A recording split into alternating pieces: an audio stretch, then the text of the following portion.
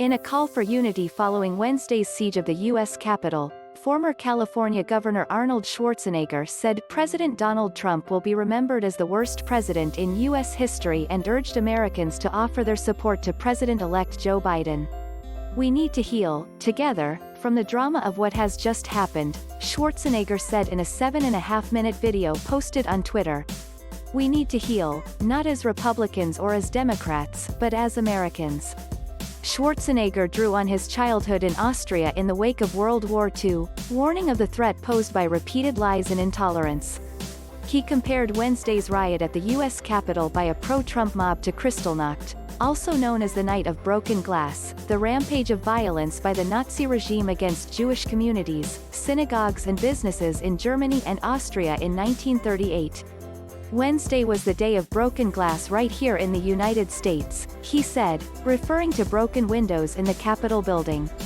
"But the mob also shattered the ideas we took for granted, and trampled the very principles on which our country was founded," he said.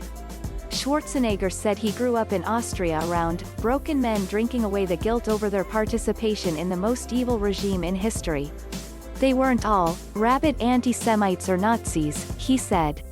"Many just went along, step by step, down the road."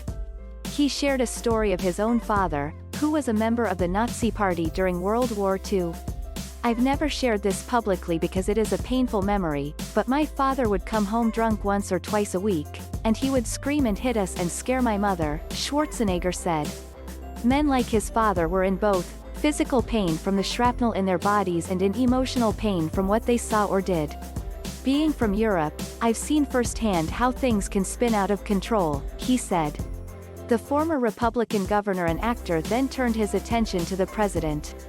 President Trump sought to overturn the results of a fair election.